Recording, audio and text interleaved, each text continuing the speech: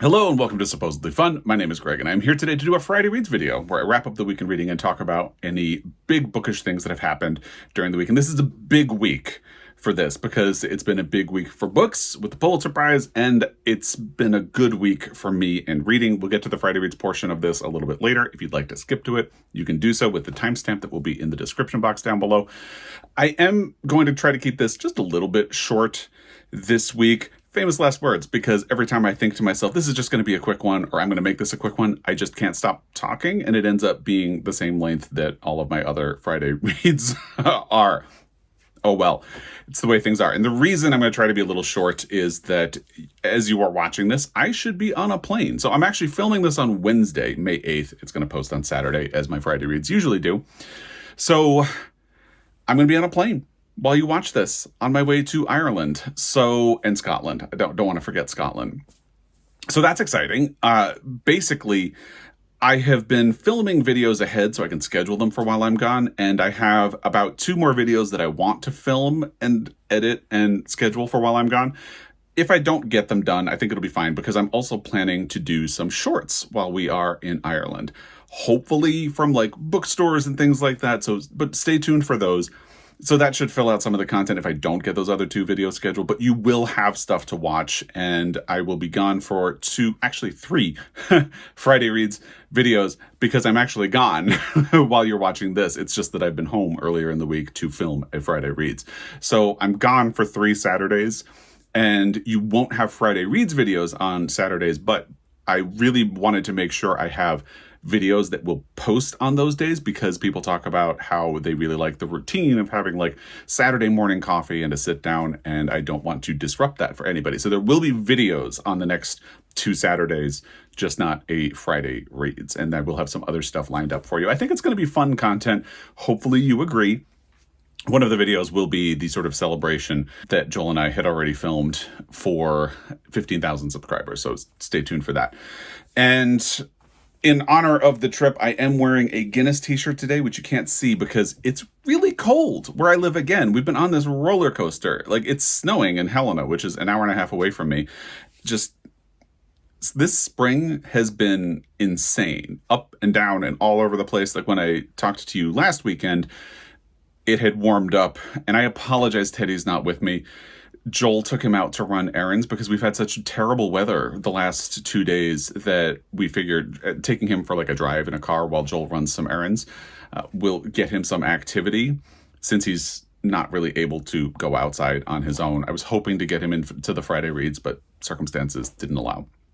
But anyway, the fun thing about this as well is that I am going to be going to the Guinness Storehouse and the Jameson Distillery in honor of Guinness and Jameson, my dogs, who are no longer with us, but are with us in spirit. And Jameson's birthday is actually going to happen while we are in Ireland. We're not doing the tour on the day, but we will have to have a shot of Jameson in her honor while we're there.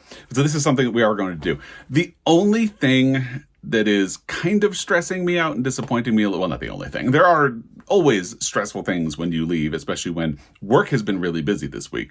The Pulitzer announcement threw a lot into a mess. I'm glad I was able to film a reaction live. My boss decided to go to lunch at the perfect time, so I was able to film as the announcement was being made. Anyway, one of the things about the trip that is potentially going to be disappointing is that someone had commented to let me know that right now Trinity College is closed to tours. And that is the biggest thing I wanted to do while we were there. I have always wanted to go to the Trinity Library. I have always wanted to see the Book of Kells. It's like a bucket list thing. Like, it's that level for me. I just really want to see it. So if we can't do it, it's fine. It will be okay. We're still going to have a great trip, but part of me is a little bit like, oh well. What we might be able to do, because we arrive and leave from Dublin, so when we circle back to Dublin, Joel has already booked a potential replacement tour. And if we get to do the tour on the regular time, we could just cancel that. So there's a chance I might not get to see Trinity Library, and that would be a bummer. But it's not the end of the world, and we will still have a great trip if that ends up being the case. But anyway, that's what I'm going to be doing while you're watching this video. I'll be on my way to do that, and stay tuned for shorts, whatever they call them on YouTube. I always want to call them stories because of Instagram. Oh, and if you want to follow me on Instagram, I will probably be posting photos at the end of every day. That's what I did when we were in Italy. The link to my Instagram is always in the description box. So there will be updates there. I'll try to do some shorts here with like bookstores, maybe Trinity Library if I can, but we'll see. I feel like I want to be in the moment there. So I might not film. Maybe, I don't know. We'll see how things go. I might not even get to go there. So that's what I'll be doing. There will be content while I'm gone, and I'm going to try to get a little bit of extra. If I don't, it's going to be fine. And just know that I have been trying to prepare some fun things for you while I will be gone. And stay tuned for all of that. I also really just wanted to say thank you because I mentioned the Pulitzer announcement a couple of times already. And I really love the comments and the support because people get so excited and have told me that when they saw the announcement, their first thought was, what is Greg going to think about this? That is so sweet. And it really means a lot to me. And the fact that people were so excited and wanted to discuss the winner of the Pulitzer Prize for fiction. So I do have a copy of Night Watch by Jane Ann Phillips on order. I am willing to bet it's not going to arrive until June, which is fine because I'm going to be gone anyway. And I'm willing to bet a lot of people had commented that they had ordered it. Some people managed to snap up copies quickly before they sold out. And I was not able to do that. But so I'm probably going to catch up to it in June. I have been thinking about whether or not I want to listen to the audiobook while I'm gone, but I'm not committed to how much I want to read while I'm gone. So we'll see. I did, spoiler for my May book haul, pop into my local used bookstore today. And what's funny is I had responded to a comment earlier to say that I had seen a copy of Lark and Termite, another of Jane Ann Phillips's books, at my local used bookstore like 2 or 3 weeks ago. And I thought about getting it because it's a book that I really remember. I remember it got great reviews when it was published. Long story short, I called them yesterday to see if they still had a copy and was told they did not. Well, they restocked today, and I got 3 Jane Ann Phillips books, one of which is Lark and Termite. So it was published in 2009. So that was toward the end of when I was working at Borders. And I just remember it getting really great reviews and talking about it with the general manager of the Borders that I was working at. And we would kind of have unofficial predictions of what would be on the New York Times top 10 books of the year. And I think both of us had it on the list. And I don't think it on our prediction list. And I don't think it actually made it onto the list. So I'd always kind of thought this was something I should catch up to now that she has won, because I always talk about the Pulitzer family of authors. That's what I call them. It's how you can tell I'm really obsessed about them. And it's not just that I want to read the book that has won. I feel like I kind of want to get to know these authors and understand their career. And having a couple of her books will hopefully help me do that. Although I'm probably going to do Night Watch first.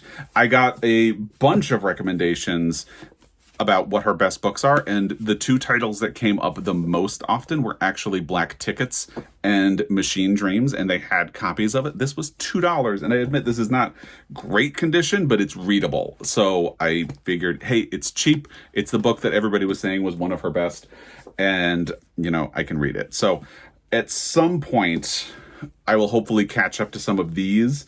Hopefully by July, I will have read Night Watch. See, the other thing is, if I don't listen to the audio of Night Watch while I'm gone, come June, I want to read queer books for Pride Month. So if I don't read it before June, it's going to have to wait until July.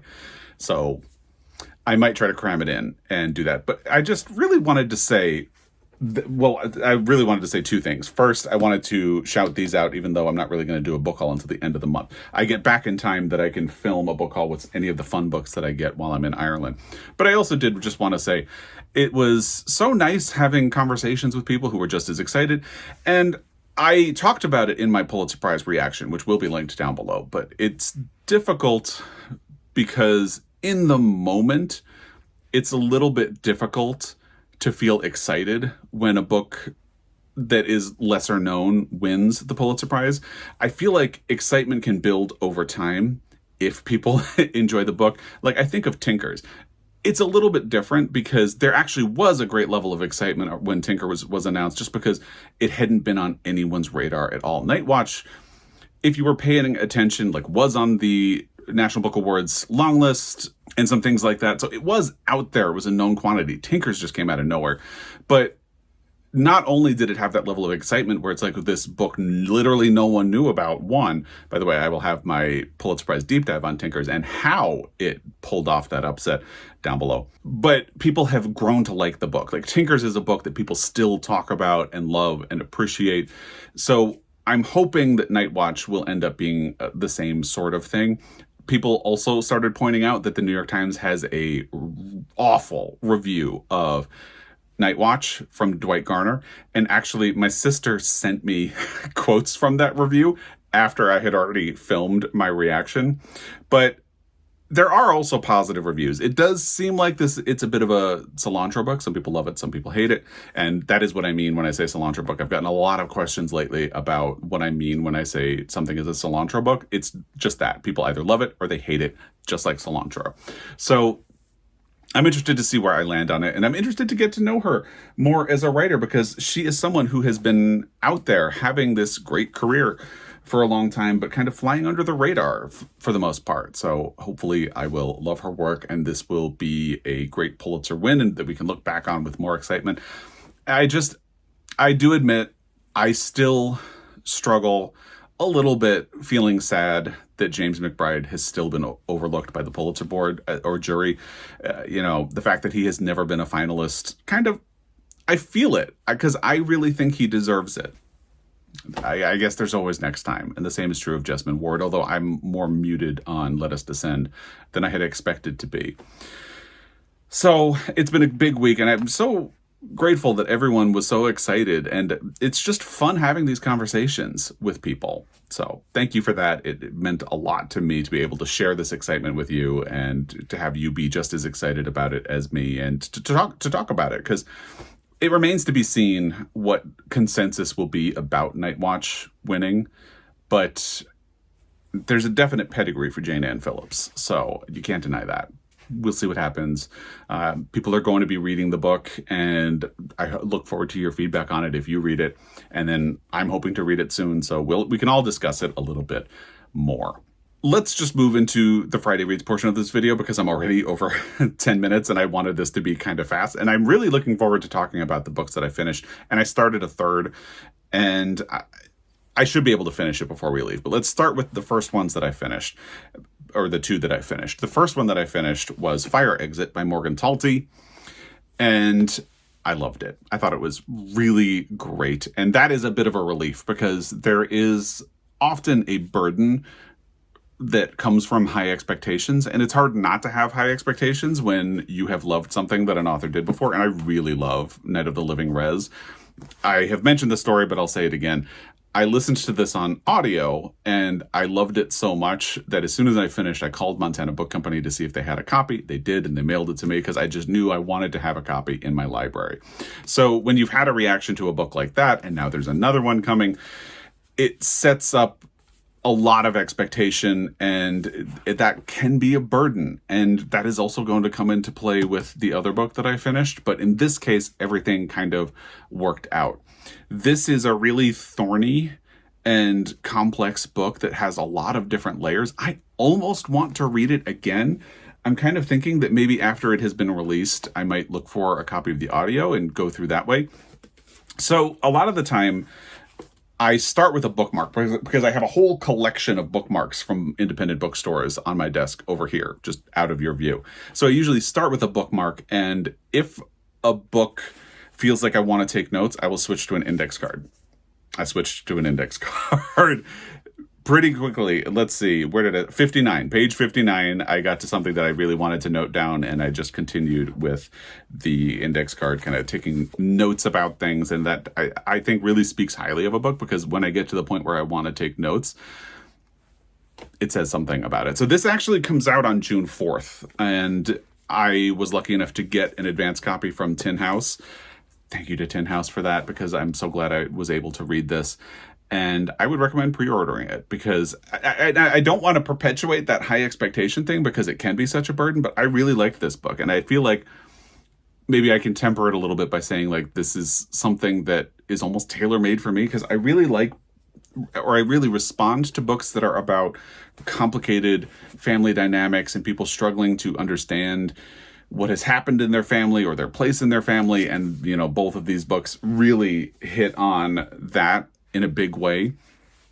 Fire Exit in particular grapples a lot with the idea of belonging and blood family versus not necessarily found family, but non-traditional families, people who aren't necessarily blood relations, but who mean a lot to you. And it comes out in a lot of ways. I think that's one of the things that is so interesting about this book, and the ways the layers of it start to function. I almost want to call them parallels, but they're not necessarily parallels because a lot of the time it goes in a different direction, which is not what a parallel line does. But there are so many interesting things that kind of call back to each other throughout the book. So you have our protagonist, Charles Lamisway, who is not a native person, but his mother married into someone who was part of the Penobscot tribe in Maine. And he grew up on the reservation, but is not part of the tribe, or is not considered to be part of the tribe because of blood quantum. He doesn't have any blood tie to the tribe. His mother technically is allowed to live on the reservation, although she does not after his stepfather dies, because she married into it, but he has to move off of the reservation when he is 18. So again, you have this sense of he grew up on the reservation. He feels like he is part of this culture, and yet he's not. He's very much an outsider.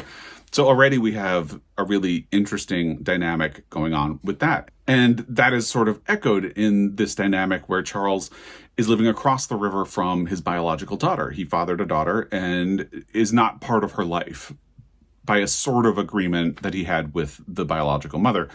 She wanted her daughter to be part of the tribe, and because of blood quantum, if it was known that she had a white father, she would not be part of the tribe. So he has been watching her grow up from afar. And so he is part of the tribe, but not part of the tribe. And you have this daughter who is kind of his, but also not kind of his.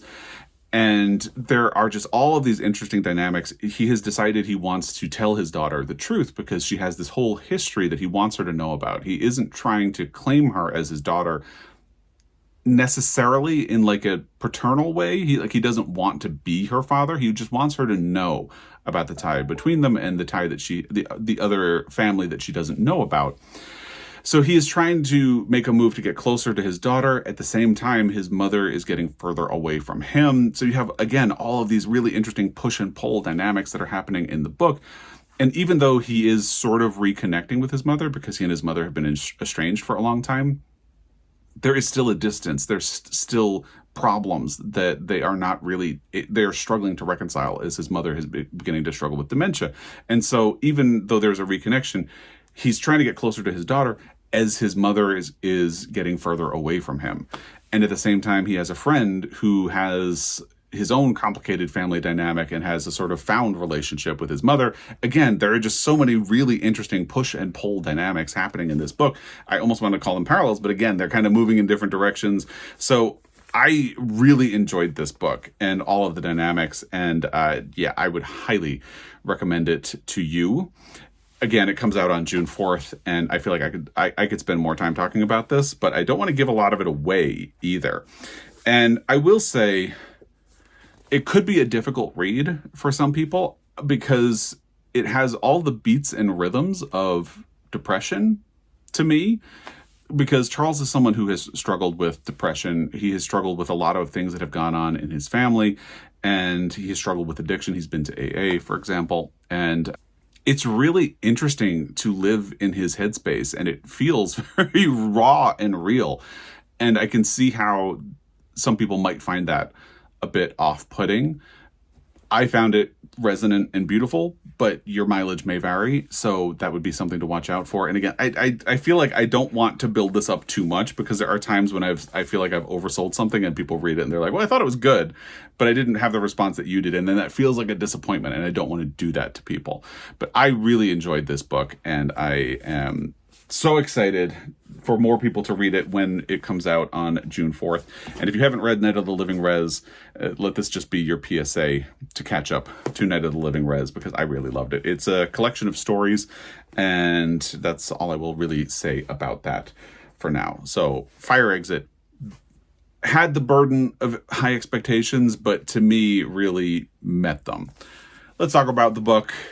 that I also finished, which was James by Percival Everett. And this had a sort of different way of playing out because I have been wanting to read Percival Everett for a very long time.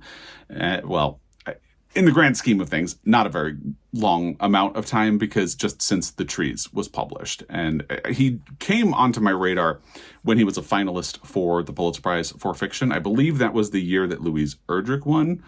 Don't quote me on that. But he was a finalist for Telephone, and Daniel Mason was a finalist the same year. And both of their careers have just blown up ever since they were finalists, because Percival Everett's next book was The Trees, which turned out to be a shortlisted title for the Booker Prize and really seemed like a contender for the Pulitzer, but then wasn't even a finalist for it.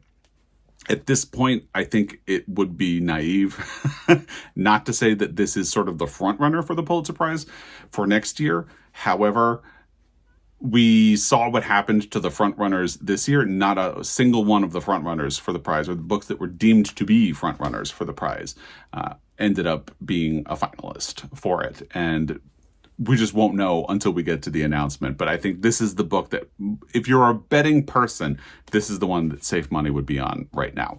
So I have been wanting to read The Trees for a really long time, and somehow it hasn't been happening for me. And I had wanted that to be my first book by Percival Everett that I read, and ultimately timing just didn't work out. Things kept getting in the way, and other shiny little things ended up coming up. So James ended up being the first book of his that I read. Now, unless you live under a rock, I am assuming you know what this book is and what this book is about.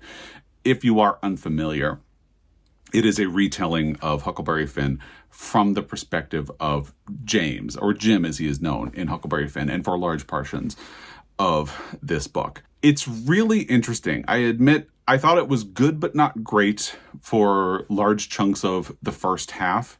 And then around the middle of the book, things really started to coalesce and come together, and there started to be some really powerful and interesting reflections on what it is to live as James and what it is to be an enslaved person. I talked about the code switching last week, and that is something that I think a lot of people have talked about. I have also talked about how this book sort of seems to be a response to Huckleberry Finn, and I feel like I should clarify, because I have gotten a couple of comments talking about Mark Twain's intention writing Huckleberry Finn.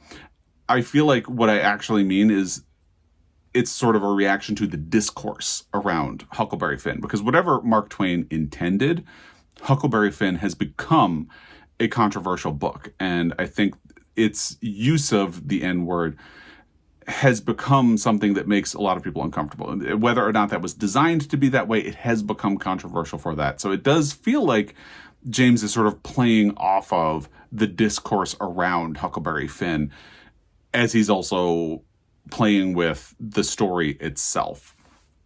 So as we got into the middle of the book, I started to think, okay, now I'm seeing that Percival Everett genius that a lot of people have talked about. This is happening in really subtle ways, and I love it. It talks about ownership of your story. It talks about how difficult it is when you don't have control over your life, and the anger that causes, and the things that are done to enslaved people, and the anger that builds as you are forced to bear witness to these things over time. And it does all of that in really subtle and resonant ways. And then as the book continues, it starts, I don't want to spoil the end. I will say it starts to depart a bit from what I understand happens in Huckleberry Finn. I didn't read Huckleberry Finn. I DNF'd it before I started this. I did look on Wikipedia to get like a summary of everything that happens in Huckleberry Finn. So it starts to move away a little bit. Again, I don't want to get into the details, but the tone also shifts, and I don't know how I feel about where the tone goes. All I will say about it is that it almost starts to feel sort of Quentin Tarantino-ish, and I am not someone who enjoys Quentin Tarantino movies. So I feel like the burden of high expectations on this one kind of went in the other direction, because I really expected to be wowed by Percival Everett. And at the end, I'm kind of left thinking and pondering and considering, which is a good thing. I don't dislike this book. And I think it does a lot of really interesting things, but I don't feel wowed. And part of me questions it a little bit. But I will say, I do think that this is actually probably the best case scenario introduction to Percival Everett for me, because now I don't necessarily have to worry about that burden of expectation anymore. I can read The Trees and appreciate it for what it is. And that is always a much safer thing to do, I think. I feel like a lot of the time it's better to go in and let the work speak to you and not expect something from it. And I do feel like that is what happened to me going into James. I was expecting something. I was expecting something from the book. I was expecting something from Percival Everett. And now I feel like I have a much better view of what to expect when I go back and read The Trees or catch up to Telephone or any of his other books or even his next book. I feel like I'm going to have a better experience for not having such a high expectation for it. But this is definitely a book I'm going to continue thinking about. I will say Joel had already finished it, and he and I had a really fascinating conversation about the book and how it ties to Huckleberry Finn and where it's similar, where it's different, and what it says about the experience of being enslaved and what it does to your psyche. I feel like that's kind of where I'm going to stop talking about the book, but I think it's a fascinating book to talk about for sure. And I don't want to make it sound like I didn't like it. I will say I don't think I was wowed by it, but I'm definitely looking forward to reading more of Percival Everett. I think I have much more clear understanding of what to expect from one of his books before, because that is even something I've seen about The Trees, where people have read it and then it hasn't quite been what they were expecting based on the discourse that surrounded that book and the level of conversation that happened with like the Booker Prize, and then people kind of read it and they think, oh, it's a little violent, it's a little quirky and things like that. And I feel like I can go into The Trees now without that sense of anticipation that is such a hurdle for anything to get over. So I finished James yesterday as I'm filming this. Again, I'm filming this on Wednesday. So I finished it on Tuesday. And I decided I don't want to start another audiobook because I don't want to have something going and then get interrupted in the middle. I probably will listen to an audiobook on the plane. Maybe it will be Night Watch. Maybe it will be something else. The tricky thing is I'm not bringing any books with me when we travel, because I intend to bring books home when we visit these bookstores over in Ireland and Scotland. So I want to give myself some room for that. But the tricky thing with that is I need to find an ebook on Scribd. And I don't really like to read ebooks. So I've actually put in a couple of requests on NetGalley, and we'll see if any of them come through. Maybe I'll read one of those on the plane. But I anticipate I'll have an audio. But I decided I didn't want to start something and then have it be interrupted by any of the travel itself, because Joel and I are planning to listen to an audio when we drive to Seattle, because we're leaving from Seattle. It's a whole thing. Much cheaper flights. That's the beginning and the end of that. So anyway, I'm not listening to an audio. I've been catching up on podcasts. And what I will say about that is I listened to the episodes about George Michael from the podcast You're Wrong About. I love the podcast You're Wrong About. And that was really interesting. I love when they do episodes about people who were publicly shamed or publicly maligned in the 80s, 90s, and aughts. And that was a really fascinating one. And it was particularly fascinating because I feel like I was someone who participated in the shaming of George Michael, and I feel bad about that now. Anyway, so I've been listening to that instead of starting a new audiobook. I did get a notification that this was ready for me from the library. I'm so glad we had this time together. A memoir by Maurice Velcoupe. Maurice had done an interview with NPR, and it showed up in their Book of the Day podcast, and I listened to it, and this just immediately was something that I knew I had to read. And through quirks of timing, it became available last weekend, and we picked it up. And because it is a graphic memoir, I figured it would be easy to read it quickly, and hopefully I can be done and return it to the library before we leave, but we'll see how that goes. And what I will say is this is over 400 pages. What I like about that is that what it means is it skirts my complaint about a lot of graphic novels and graphic memoirs, which is that it feels like they don't really want to take the time to allow a mood or a tone or bits of the story to develop. It feels like they gloss over things, and they can be a little bit superficial when I want it to be a little bit deeper. So because this is taking the time, it feels like a full story already, even though I'm only halfway through. The downside is this is really heavy. Like, you can see how big the book is, but even for its size, this is a heavy book. So reading this in bed at the end of the day is a little bit like, okay, this is just flopping around, which is fine. But this is like catnip for my soul, because basically you have Maurice, who is the author, and I love this cover, by the way. It's just great. So he grows up in Toronto to parents who had immigrated to that country, and they are industrious, they are religious, and he has this very strong bond with his mother.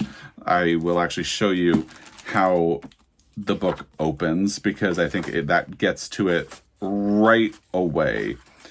In the opening of the book, part 1, Fairy Gifts and Curses, you have him as a child and his mother getting ready to go out and run some errands. And it opens, "Once upon a time, my mom and I were so in love, it was almost like we were one seamless being.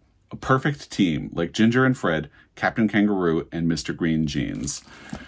And the complication is that as he grows up, it becomes more and more obvious that he is gay. I mean, you can see how flamboyant he kind of is on the cover.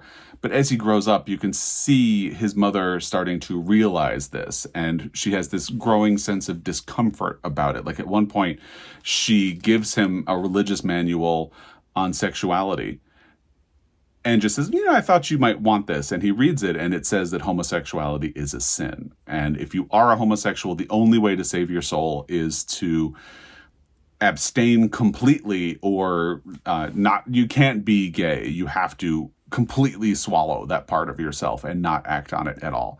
So he feels obviously very conflicted about this. And my understanding is that I'm only at the part where he's in college. And my understanding is that it becomes a wedge between him and his mother. I will say, for large parts of the book that I've read so far, it does deviate a little bit from being specifically a story about him and his mother. It's much more about him. You have a lot of detail about his friends and his relationship with his siblings and his relationship with his father. So the focal point that everything kind of revolves around is this relationship with his mother, but it definitely goes in different directions from there. I am loving this so far. It is compared somewhere on the cover or in the text of the book to Fun Home. And I will say, I think Fun Home is better, but I'm also not done. And it is sort of in that realm, though. I am loving this story. Again, if something is about a complicated family dynamic, or like family trauma and things like that, complicated relationships with family and hurts that they cause and damage that they do, it just appeals to me, almost as if I've lived with these things in my life. But I am really loving this book. I do kind of feel bad, because I feel like this, and maybe the wrap-up that Joel and I do at the end of May, is really the only time I'm going to get to talk about it. So this won't get a chance to appear in like a Friday Reads to get a big summary. It's going to be kind of compiled with everything that I end up reading in May at the end of the month. But I'm going to definitely tell you about it now. My library was in the process of getting a copy when I requested it. It is out there. It's a hardcover, and it is heavy, if that is a consideration for you. But I would absolutely recommend this book as well. There's always a chance that something can go downhill in the last half. That did end up happening to me a little bit with James. I don't want to oversell that. I feel like I was left with a bit of a feeling when I finished James, which is not what I would have expected at the halfway point. So there's a chance that something like that could happen with I'm So Glad We Had This Time Together. But I'm really thinking that it's going to be a slam dunk for me. So that is what I've finished, what I'm currently reading. And then, like I said, Joel and I are going to be listening to an audiobook as we drive to Seattle on Friday. And I forget the name of it, but it's an N.R. Walker book. It's the fourth book in the Heartbridge series, so it's a queer romance, cinnamon bun stuff. If you're going to be traveling, cinnamon bun seems like a good way to go. And I haven't decided what I'm going to read on the plane.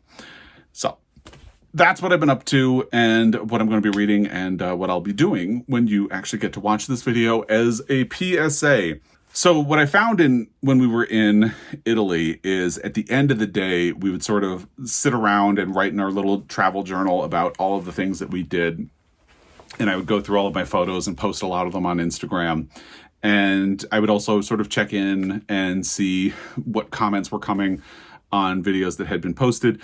So I'm not going to say I won't respond to comments while I'm gone. I will check in with them, but I can't promise how much I will or how many of them I will get to. I will probably be very slow to respond to comments. And if I fall behind, there's a chance I might not get to you at all, which I'm willing to bet I will fall behind. But I will be peeking in and trying to respond to as many as possible while I'm gone, while also remaining present and having a good time. And that's what I'll be doing. So again, I want to say thank you because this is a big emotional high of a week for me with the Pulitzer. And, there has been stress getting ready to leave. Teddy has mild separation anxiety, and we have been trying to manage that. But, because he has mild separation anxiety, Joel and I have been in our feelings about leaving him for such a long period of time. 16 days. And he is going to be fine. I know he's going to be fine, but it has been emotional. So all of the excitement and the kind comments and everything that I've gotten this week because of the Pulitzer announcement have really meant a lot. So thank you for that. And I hope you enjoy the videos that I have planned for you while I'm gone. And again, I'll try to keep up with comments as much as I can while still being present with my vacation. So thank you. I say it at the end of every video, but I really do appreciate your time, and I will be back. Until next time, happy reading. See you when I get home.